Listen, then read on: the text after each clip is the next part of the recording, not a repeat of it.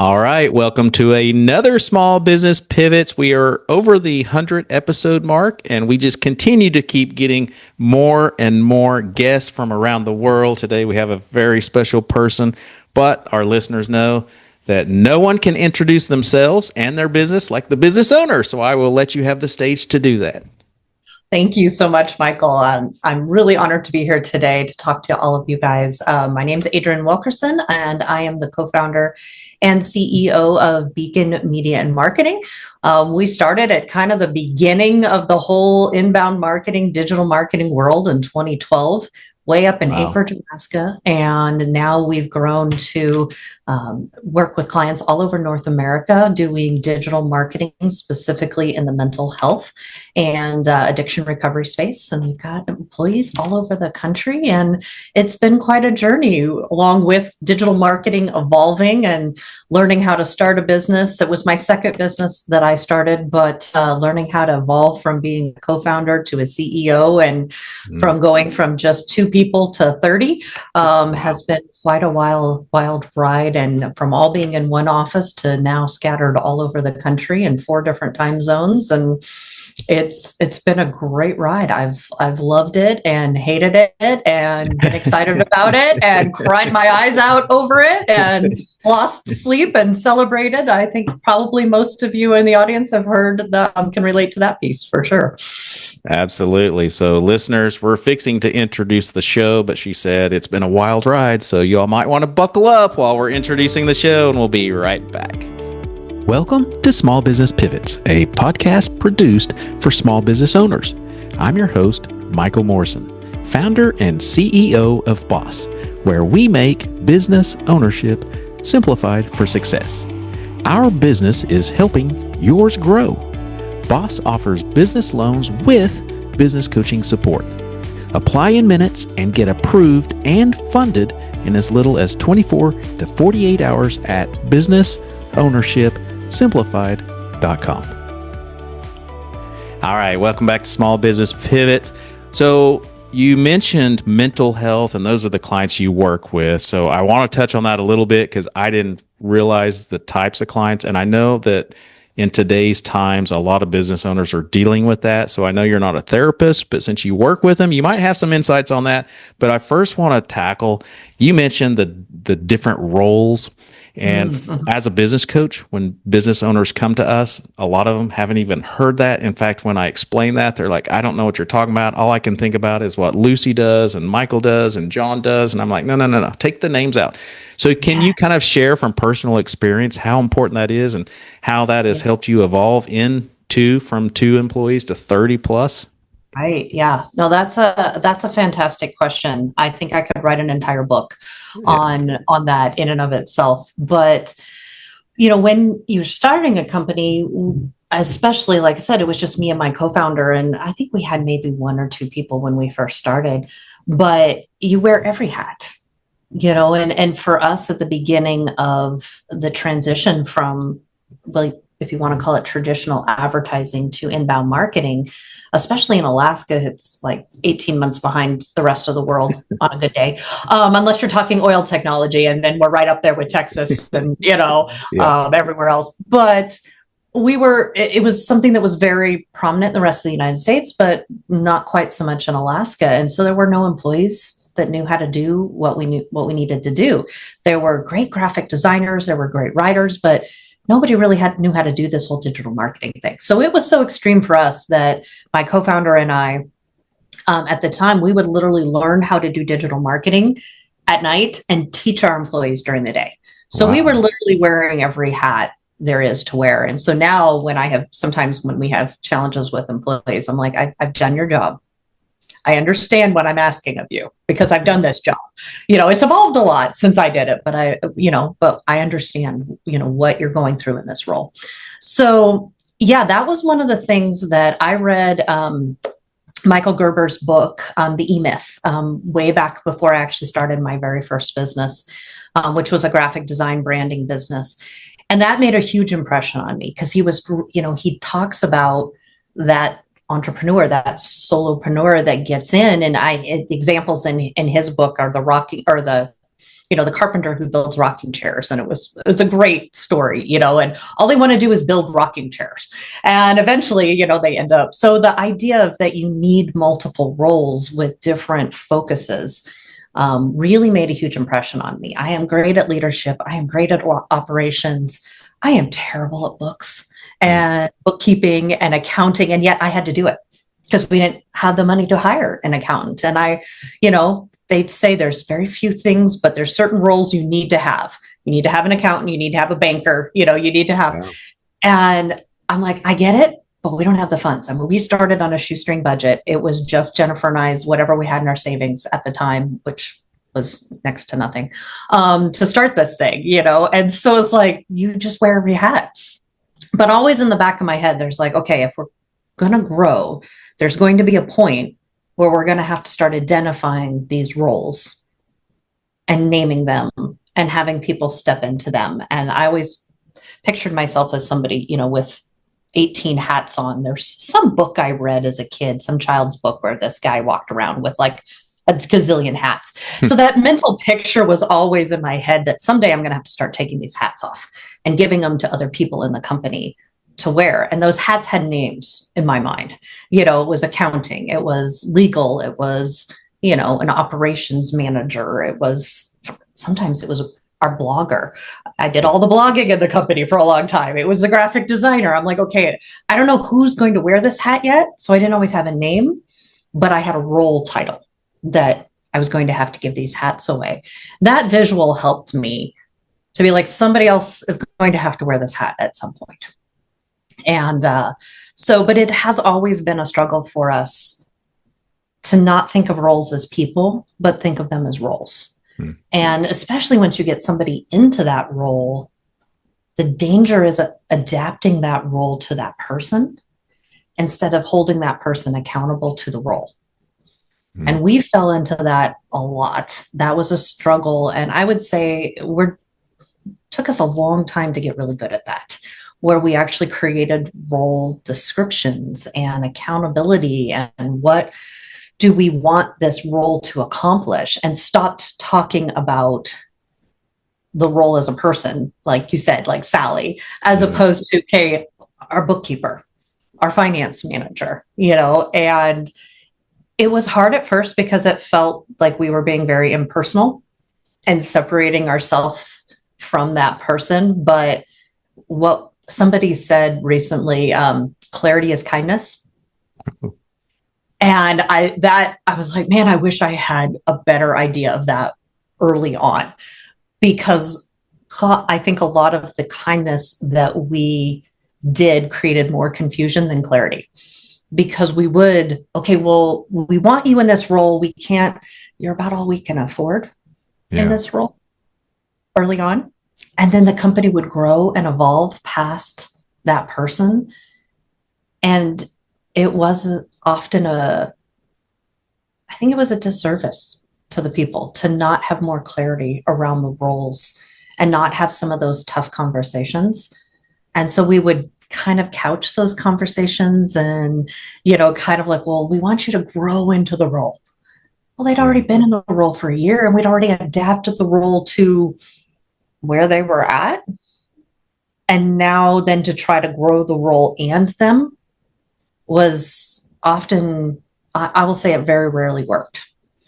So it would end up being very much more painful conversations later. And I think that's one of the big things that I've learned over the years. Like at the moment, that painful conversation doesn't feel like something you want to face, but it's going to be way worse later if you don't have that conversation now. And so I call it constructive conflict. Like it's better to have conflict when it's going to be constructive than later on when you've avoided it.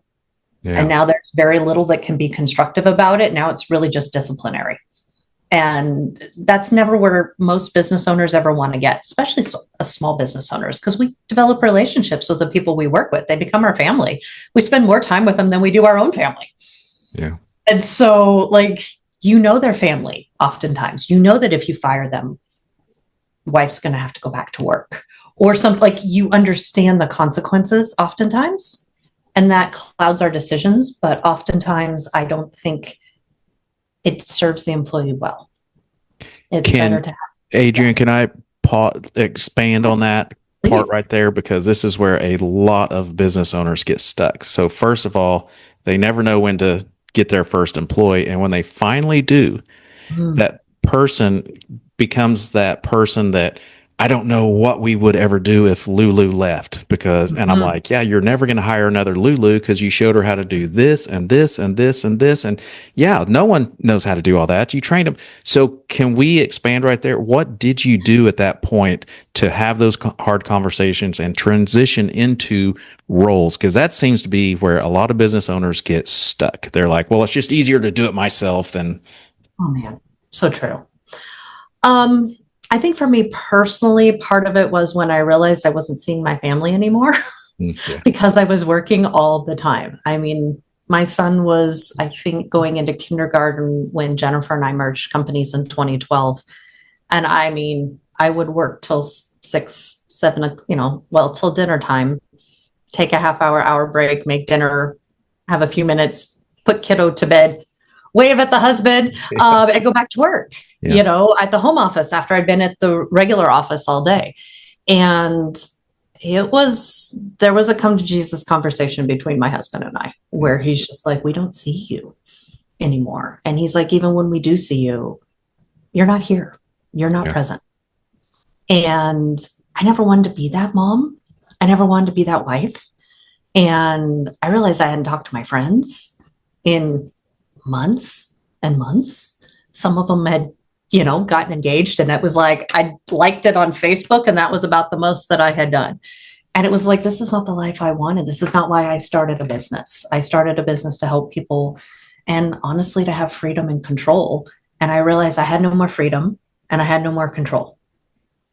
And that was a pretty serious wake up call for me, that I needed to start letting go of control, because it really was a control thing for me. It wasn't that I didn't have people that were capable. I just didn't always trust them to do it the way I did it. And I had to come to grips. And part of it was I had some really impactful mentors and coaches during that time that really helped me walk through that, to coach me through, you have to understand there are people out there that will do it differently than you.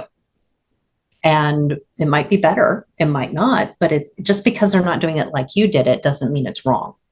It's just different. And if you never give people the option to do it their way, you'll never see what they're capable of. And they might fail and you might have to pick up the pieces again, but that's not the end of the world. You give them feedback and you train and you move on. So I would say having those mentors and coaches in my life and that come to Jesus moment was all very impactful, to be able to help me work through, because I'd get stuck in my own head, and you as a small business owner, you got your head down, you're just plowing, you got payroll to make, you've got, all these things, and you're probably not taking home a paycheck, but you're paying everybody else if you've got employees. Or you're barely making it, you're paying all the bills and for the company and then taking whatever's left. And it's really not sustainable. And I think that's what I had to come to grips with, is what I was doing was not sustainable. It wasn't sustainable financially, and it certainly wasn't the lifestyle that I wanted. I was going to drive myself into an early grave if I wasn't careful. So, so for me, it was kind of hitting that rock bottom, if you will, of just, really things have to change. And even once I realized that, it wasn't like change happened overnight. Like, it was a process, and it was grueling and it took a while, and it was having to trust people and then not be upset with them when they failed, and had to give them the grace to fail and to give them feedback and to learn again. And it's not easy, and it takes twice as long as doing it yourself. But if you don't train them and give them feedback and help them know and understand what you're wanting from them and what success looks like in their role, you're never going to be able to multiply past yourself. And you'll be stuck in that place of that grind and that emotional like millstone around your neck forever. And so I think part of it is really deciding, do I want to stay small and micro business and just me? Or do I want that freedom and do I want that control over my time? Maybe not so much, what all's going on at work, but that control over my time. And if you do, then you have to make some, really specific decisions and stick with it, because it's not going to work right away. It's going to take a while, but that doesn't mean you failed or it was the wrong decision. It just means you kind of got to push through that period where it feels like you're creating more chaos than solving anything. But that's the middle. They always say change is exciting at first, it's hell in the middle, and then it's great at the end. And so that middle place, I think, is where a lot of us get stuck, because we're like, this isn't working. Yeah. I can do it better myself. And we take back over and we don't push through to the other side where it's actually now working. And I can say, after 13 years, I've pushed through and it is better on the other side. It is worth the hard middle part, but don't quit when you're in the slump. You got to stick with it till it comes out the other side. Wow, you sound like every business owner I've worked with. So this is truth, people. This is truth. We all go through it. Even as a coach and having owned businesses for over 2.5 decades now, every new business, we still go through it. Even I know it's coming, but let me ask, so do you feel when you were in that stage, we'll move on after this, but when you were in that stage of rock bottom, saying something's got to change, and then you tried to let go, but you still had control, would you say that the quality of people you were trying to find was not there? In other words, I hear business owners saying, yeah, but I can't find any good employees. Do you think it was the employee shortage, or do you feel like it was you being the bottleneck, the problem? Oh, that's a loaded question. Yes. I think it was both. As leaders, we always have to look at ourselves first.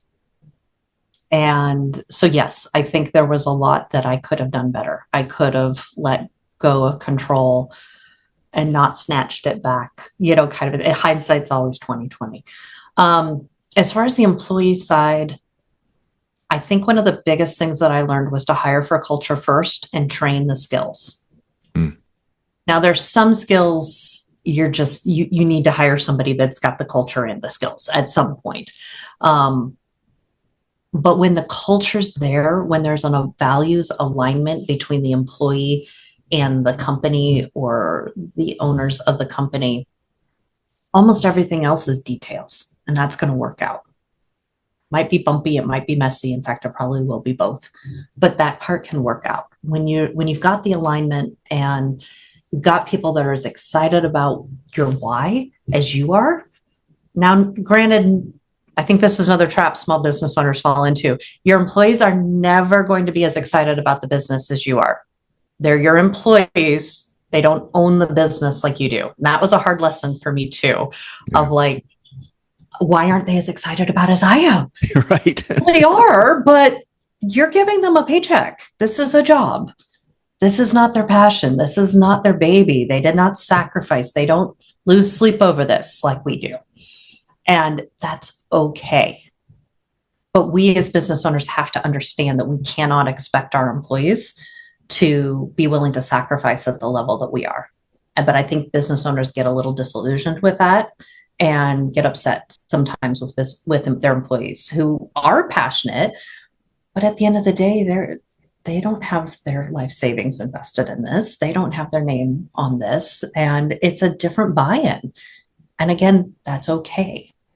But I do think it's both. I think it is finding the right people, but sometimes, especially when markets are tight, hire for culture, train for skills. The culture piece is going to withstand a lot that the skills part won't, as far as business challenges and the ups and downs that just naturally happen. One of my all-time favorite mentors, he was a coach to me. He said, hire on character, because why do we usually fire people? Mhm. character. It's usually their tardiness. They stole something. They're on Right. their phone all the time, don't follow directions. And Yes. so I think that's great advice, everything you said. So was there a system that you followed? So you recognize you were at rock bottom, something's got to change. You started defining roles, but how did you lay that out? Because most business owners still don't have money to hire an accountant and a designer and a blog writer, to hire all those roles. So how did you transition into that? Did you have a system or a process or got lucky? I would say a lot of trial and error, a lot of mistakes, a lot of learning from my mistakes. I now tell my people, like, the mistake is not the problem, not learning from the mistake is the problem. Ooh, And that's that good. is very much what I experienced. Like, when making mistakes is part of business, it's part of life. If you're not making mistakes, you're not pushing the envelope, you're not trying new things. The problem is when you don't learn from those mistakes, when you're not willing to figure out what was the mistake, what could I do better next time, what part did I nail, what part did I miss. So I read a ton of books. I mean, I have shelves and shelves and shelves of business books. So there was a lot I took from Scaling Up. That was a really good system. It was too big for us as a small business. I think it's a little bit more set to maybe medium or enterprise level businesses. But they do have a chart in there that identifies a lot of the key roles in a business. And they have a place where you're supposed to write who's responsible for that role. Mm-hmm. And they're like, watch out when you have a role that has 4 people's name by it, or you have one person's name in like 8 different roles. Well, that was what ours usually was. And that was a really good visual eye opener for me of like, okay, I need to start defining these roles and removing myself from certain ones. So that was a really good one. I read a lot of, like I said, a lot of books, listened to a lot of podcasts, worked with a couple business coaches that helped me define. I think one of the big mistakes that I made back then is I didn't find a coach that was more familiar with my industry. And that was hard to find because my industry was so new. There wasn't, and so I would try to adapt stuff from traditional advertising world. About 40% of the time it worked. And so I would try to look at other businesses that were similar to what I wanted to build. And I'd literally go to their webpage and look at their staff profiles if they had our team tab, and start to look at what other companies were identifying as roles. So what I try to find companies that, as near as I could tell on their website, were like the next step or 2 ahead of me. And I'd see what roles where they were using. And then the Small Business Administration was a really big help for me. I would go to our local group and they would kind of help me develop some of those very first job descriptions. That was super helpful. But again, there was almost nothing that was specific to my industry. So that was one of my big challenges to overcome, that doesn't really exist now. But 10 years ago, we were making it up as we went along. Yeah, I think most of us are, regardless if the information's out there or not. True. That's great information, though, is to go check your competition that's bigger than you. You can even do that today for these smaller businesses and just see, okay, what roles am I going to need in the near future that I should start putting some money back or whatever to hire them. And I also wanted to clarify just a little bit on the Small Business Administration for those listeners that's also referred to as the SBA. So they might see the SBA a lot more than they will the small business. It's the same thing. So, and that's a great resource because most of their stuff is free. And then I think, don't they still have SCORE? Are you familiar with that, where they do the free coaching? Yes. Some cities have SCORE. I think it's called SCORE. That's right. also by the SBA. So they have a ton of free resource. That's a great point. I forgot all about them. Yeah. So you're moving along. And through this transition, the name of the podcast is Small Business Pivot. So what were some pivots that you made along the way because you were in a new industry and it's like, oh, crap, that's not working. We need to go do this. Anything like that happen? Constantly. Okay. Definitely. Because we not only had business. You're listening to Small Business Pivots. This podcast is produced by my company, Boss. Our business is helping yours grow. Boss offers business loans with business coaching support.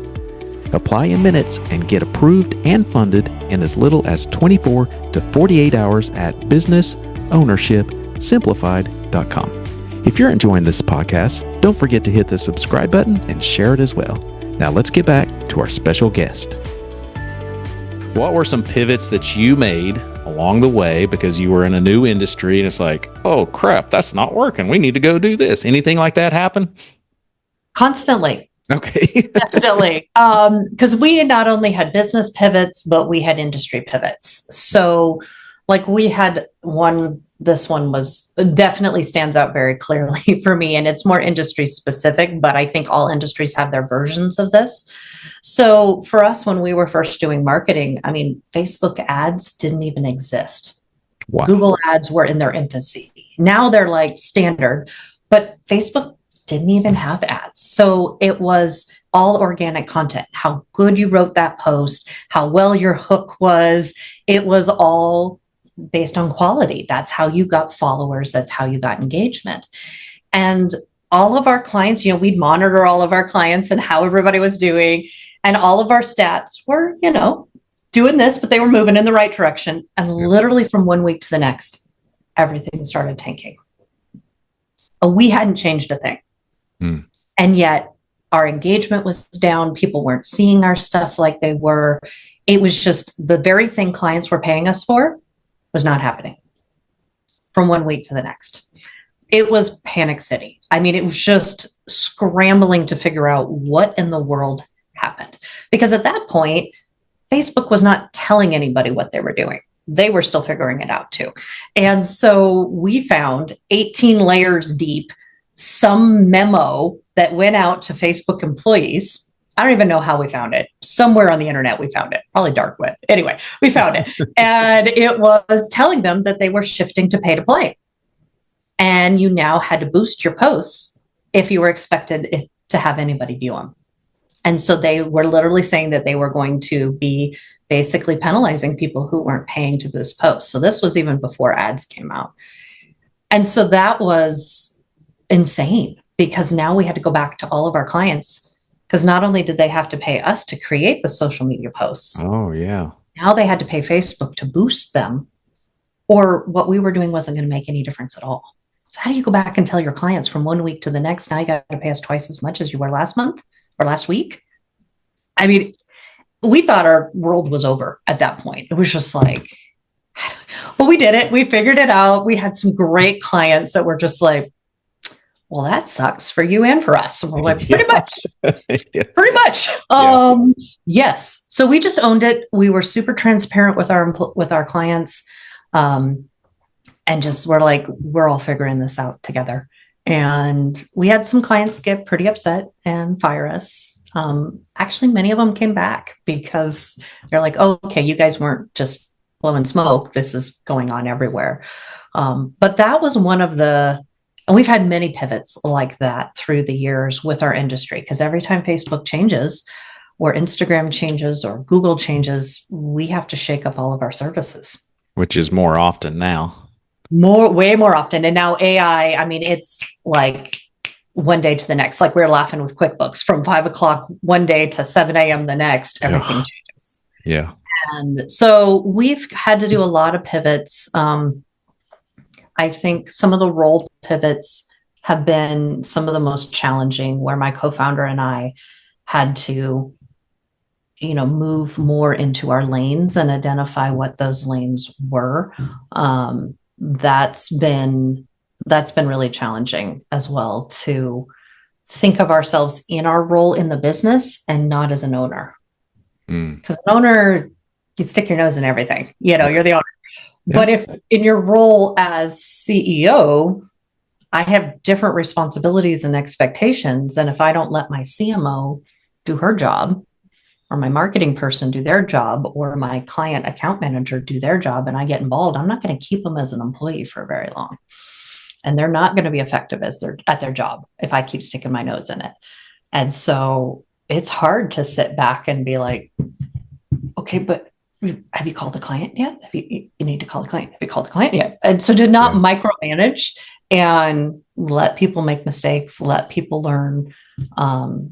And so, yeah, that one's been very challenging. Those kind of, again, you're almost keep moving back and farther from your clients and from the day to day. Because I used to know every single employee, I'd interviewed every single employee. I have employees now that I have never met in person. And they worked for me, some of them for years. And I've talked to them on Zoom, but I've never met them in person. And that's weird from going from Yeah, that knowing is. everybody and being intimately involved in their lives. And we're still all pretty close, but yeah. It's a real business now. So you got to treat it like a real business. We had to grow up. Yeah. We're like, we have to start acting like adults here. Yes, absolutely. Well, this might be, well, probably a subjective answer to this question from many, but I have found the more clarity that people define their roles, the better employees they find. And from my perspective as a coach, I believe that's because the great employees want to work for somebody that's got their stuff together. I don't want to go figure out your mess. Do you find that to be true or similar in your industry? Did you Yes. find better employees the more clear you are on their expectations, their role, their description? Yes. And I think a big part of it is because we got the right people for the right job. Hmm. And oftentimes when we didn't have clarity around our job descriptions or job roles, we'd get somebody who wasn't at all qualified for it. And that was more our fault than theirs because we hadn't done a good job of telling them what we were hiring them for. Yeah. And so they would come in thinking they were doing this. We're like, oh, no, it's this over here. And they're going, that wasn't on the job description. I'm like, oh, no, it was. But it was my understanding of it, Yeah. not maybe an industry standard version. Or that was the weird thing of when they read the same job description I wrote, what they understood from what I said wasn't always what I understood from what I wrote. And that was funky, like their expectations. So I got to the point where I would have people that were in a similar role in the company read my job descriptions before I put them public and go, what do you understand this means? Yeah. Because they would come back with stuff. I'm like, you read that into that? Kind of thing. They're like, well, yeah, when you said this, right, and I'm going, oh, okay. I never in wildest dreams thought somebody would take that from what I said.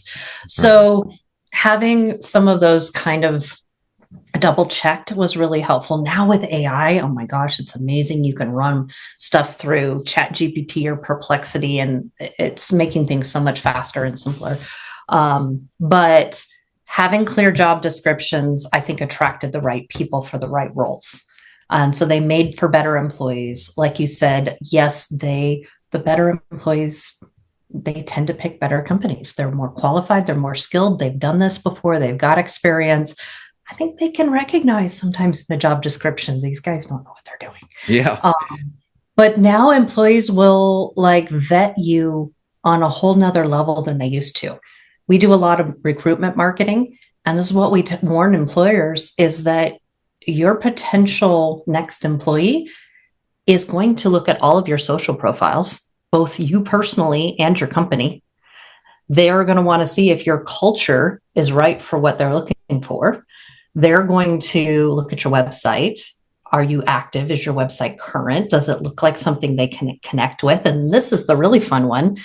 They will go direct message on social media your employees and interview them to see if this is a company they want to work for. So you need to know what your employees are going to say about you, your existing employees, because people that are looking for jobs in a whole different way than they used to. So by the time you get face-to-face with them in an interview, they've already interviewed you and pretty much done a background, at least social media background check on you. And they've probably talked to at least one or two of your employees. Yeah.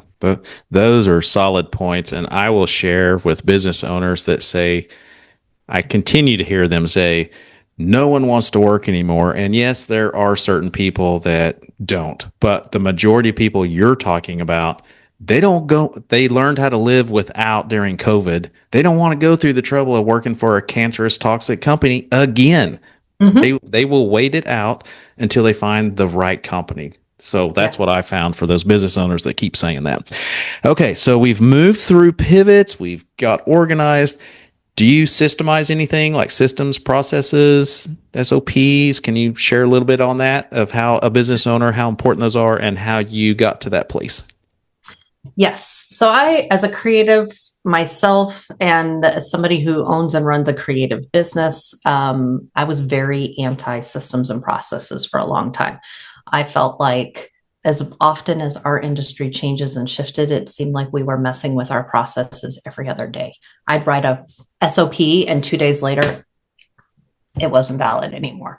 So it was got a little discouraging to write those. But I was talking to an operations coach actually, and he said something that really made me stop and think and really evaluate. And he just, because I was complaining about, well, we're creatives. The more box we put people in, they're not going to be creative anymore. And he's like, you got it completely backwards. And I was like, what? No, I don't have, I've lived this. This isn't backwards. And he goes, no, you need to switch your mindset, because he's like, the more you have solid systems and processes in place, the more creative your people can be, because they're doing what you hired them to do. They're doing their actual creative job, and they're not having to stress about how they do it or who does this go to next once I'm done. He's like, it's all written out for them. They've got a box. They can be as creative as they want within the box. But when you don't have a box, all they're thinking about is the lack of a box. They're not thinking about what they get to do in the box. And that was like mind blowing for me, to have to shift that mindset. And so we went all in on systems and processes after that. And I have to say, he was 100% correct. So we use a system called Confluence. It's actually an Australian-based company, and they've built this kind of online, I don't even know what to call it. It's almost a database, but you can put PDFs in there. You can put Word documents in there. You can type things out, things hyperlink to everywhere else. And it's got a great search function. And so that's where all of our systems and processes live. So there's spaces, they call them, for each department. And within that, they can have all their pages and subpages. And so now there's, then we can hyperlink between departments, because we've got stuff that'll start in graphic design, move to web, and then have to move to social, and then have to move to paid ads. So there's interconnected systems too, not just systems within, this is how you write a social media post, kind of a thing. Yeah. So that really was transformational for us. And what we did was we incentivized each department-ish. At that point, that was like one person, it wasn't a whole department. We called it a department because we were trying to think like a more company. To be big, you have to think big. Right. So it's like, we've only got one person doing paid ads, but you're the paid ads department. They're like, "Ooh, I'm a department." We're like, "Yes, I got a title finally." Yeah. Yes. And it actually was powerful. It was effective. And we're like, help us build this company. What do you do every day that is repeatable? And can we document that? And so we started having the team own their own space within Confluence. And we expect about 5 to 10% of our employees' times per month to be invested in education and helping us maintain their systems and processes for the stuff that they work on every day. Because it's one thing if I come in and write a system or an SOP, I only really know this much anymore. But that employee who's doing it every day and is on the front line, when they get to own their own system and writing it, now it still has to get reviewed by me, or now reviewed by their supervisor and approved, because they could be totally out to lunch. But when they own what they're doing, there's a whole different level of buy-in that if I hand them this SOP and say, this is what you have to do from now on, there's instant, wait, you're telling me what to do? Yeah. You're telling me how to do my job that you hired me to do? Why did you hire me then? Like they might not say that, but that's the internal dialogue that's going on. And so when you empower them to write down what they do every day, there's such a different sense of pride of like, wow, look what I do all day. This is a lot. This is really cool. And you can reinforce that. Be like, man, I didn't even know you were doing this. That's really cool. When did you start doing that? Like, oh, well, Facebook changed this or that. And so I had to adapt and do this and that. And you're like, that's really cool. So you get to reinforce that innovation and that ownership of what they do every day. And that was how we were able to actually now go back and document what we did. Because there's no way me as a CEO and a business owner had the time to write all those SOPs. Right. I mean, it was hard enough reviewing them. And I'd go back, I'm like, okay, I don't even understand what you're talking about here. So there were moments of that too, of like, oh, okay, Facebook's clearly evolved. Google Ads is clearly evolved.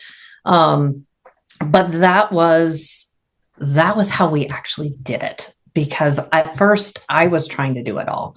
Because I do like systems and I do like processes and I do like structure, which is odd for a creative, but that's part of what makes me good as an operations person, right? I can talk to the creatives and talk to the engineers at the same time. But I try to sit down and do all the SOPs and I'm just like, I hate my life right now. I like systems, but I don't know. Yeah.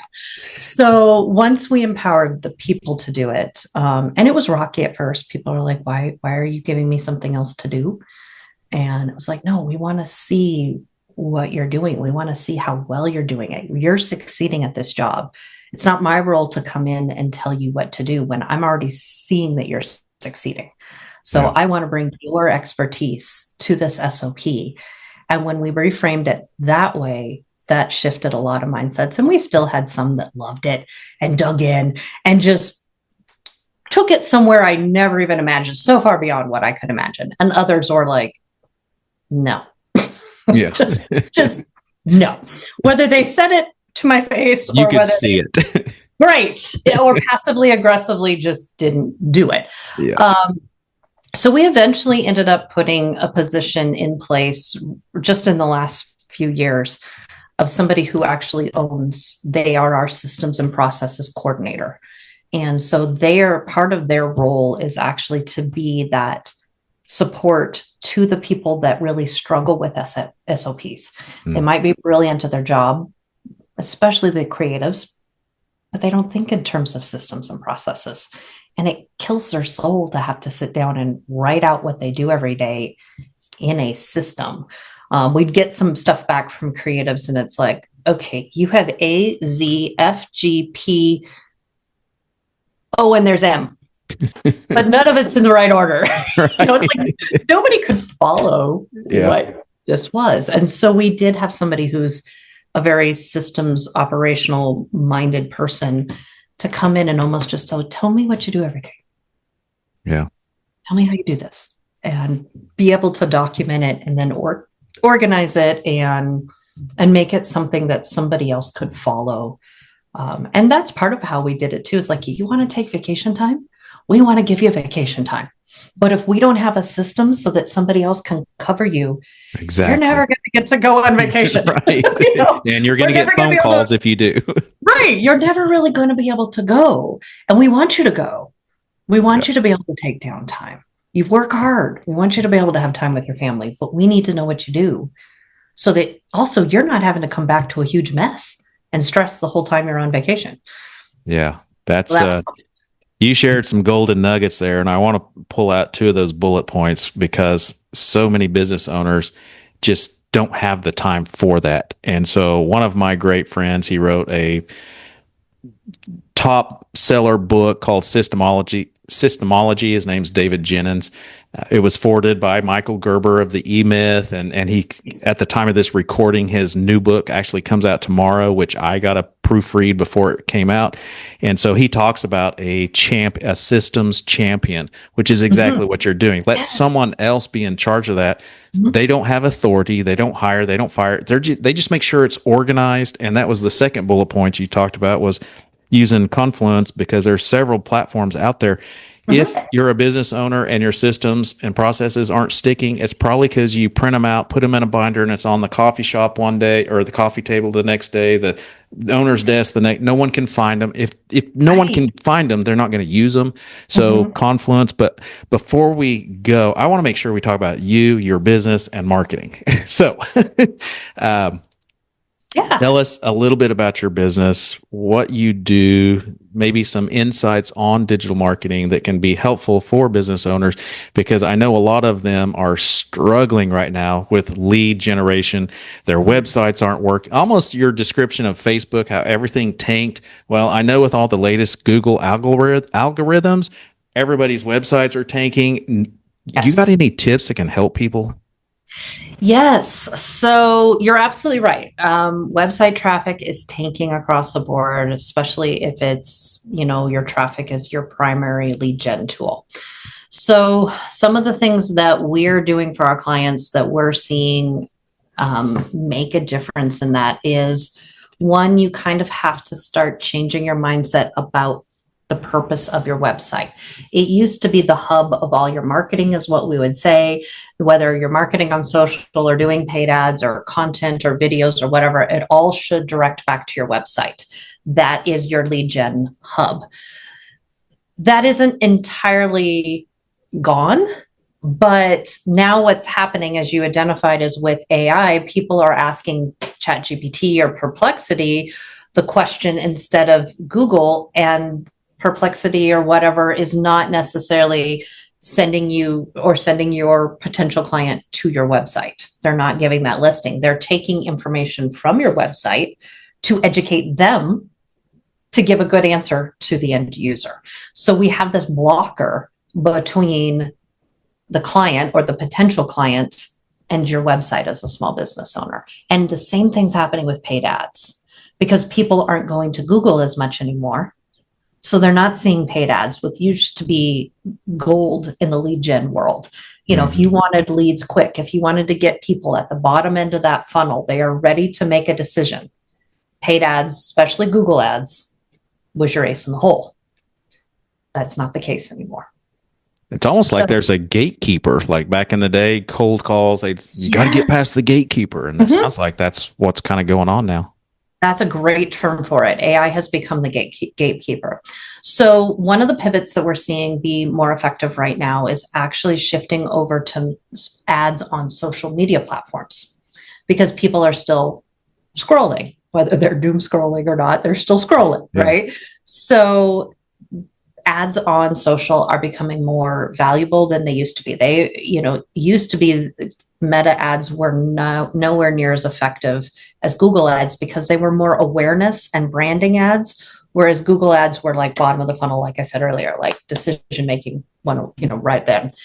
But so we're seeing a shift there we're getting a lot more direct traffic from Meta ads, from social ads, whether it's LinkedIn or TikTok or whatever platforms you want to embrace. Instagram is now being indexed by Google, which this is brand new. This just happened within the last couple of weeks. Google never used to index Instagram. So AI plays off of whatever Google does, because they're using Google's platform and Bing and all those to do all their searching. So now AI can essentially index anything that's posted on Instagram. They could do that in the past with Facebook and whatnot, but not Instagram. So Instagram's power, effectiveness has skyrocketed very, very recently. So it's become more than just a kind of lifestyle, casual, let's post some fun videos kind of, or, pretty pictures of me hiking, or here's my food. It's evolving now to become much more of a powerhouse. So one pivot a company can make is to focus more on your social media ads than maybe you did on Google in the past. So that's one pivot. Another one is you need to think of the content on your website, your articles, your blogs, as educating AI as much as they are interacting with your potential customer. Because so the term that's emerging, we'll see if it sticks, is generative engine optimization. So GEO, which is confusing because geo targeting Yep. was a term. So again, we'll see if it sticks. Another one that's emerging is AIVO. So artificial intelligence, I forget what the visual optimization, I think. So there's a lot of crap about it out there. We've got some blogs on our website at beaconmm.com talking about how businesses can leverage and pivot with GEO to accommodate what AI is doing. So the weird thing that's happening, not weird, it's a natural evolution, but people will maybe ask Perplexity or ChatGPT, what are the best 5 Thai restaurants near me? So instead of going to Google and searching for that, they're asking AI. So AI will give them a list now and may or may not link to your actual business. So then what happens is the consumer is then searching for you, usually by name. So they're actually looking up, Thai Corner Cafe or whatever it is, because that's one of the ones that AI recommended to them. So then they're looking and they're going to your website to see. So they're still going to websites. So you still need good user interface, good user experience. You still need to optimize what you want people to do when they get to your website. Is it call you? Is it fill out a form? Is it book an appointment? Whatever that is. But your articles and your content need to be optimized for AI. And we could probably talk for 2 hours on that, which is why I say go check out our articles, because we're talking about that in more depth and give you actual bullet points for how to adapt your content to get picked up by AI. It's so new and raw that we're slinging a lot of stuff at the wall and see what sticks. Yeah. And anybody who tells you different is selling you something. Yep. That's probably not going to work. So there's a lot of people out there, just like there always has been with SEO, that says, we can get you to the top page of Google. You just do this. There's basic principles that are important, but there is no guarantee. Right. So it's this weird amalgamation of writing content so that AI wants to pick you up, which is answering questions. That's the number one thing. People don't search keywords in ChatGPT. They ask questions. So think about what are the number one questions you get asked as a business owner, and answer those questions in your articles and blogs. That is the simplest, basic answer for what can help make this transition. And that's been true in the past, but we also did a lot with keywords and all of that. And that's not going away, but we're like adding another layer to it. If that makes sense. Yeah. It's graduating. Mm-hmm. It's going into its master's degree. There you go. Maybe a PhD at some point. PhD, yeah, because yeah. And for business owners, I know a lot of small business owners haven't even dove into AI other than maybe ask chat a simple question just to see what it does. But for those of you that are listening, this information could be changed in just 2 months or 2 days because it's moving so fast. So go hire an expert, which is my next thing for you. How do people get a hold of you? What can you do for them? Absolutely. Well, like I said, our website is beaconmm.com, and we're on all the social media channels. Usually it's at beaconmm media and marketing. So 2 M's is usually how you can find us on any of the social channels. We try to stay on top of this for business owners. We try to talk about what's working, what's not. So even if you're just looking for good information about what to do and what not to do, we'd love for you to follow us. We'd love to ask us questions of what you would like to hear more about, because we're kind of all learning together right now from that standpoint. So we help small and medium-sized businesses with digital marketing. So that's Facebook ads, like I said before, that's Google, that's building out your website, keeping your website optimized as a lead generation tool. We do graphic design, so we'll build out your brand for you if you're wanting to rebrand or update that brand. We do all of that stuff. We do all the social media stuff too, so we can represent you on social media, make sure that you're getting stuff out there constantly and being in front of your potential customers where they're at in a way that connects to them and really makes them feel heard and like they want to pick you as opposed to your competitor because you connect with them. Yeah, well, I encourage all of our listeners to reach out to you. I know a lot about you and the company, so I know your quality. And one of the things you said that was key, and I will share this with business owners because they don't know. We don't know what we don't know. If any marketing company of any kind is promising a guarantee of any kind, 10x, top of the, those are the people you need to stay away from. There are no guarantees in the marketing world.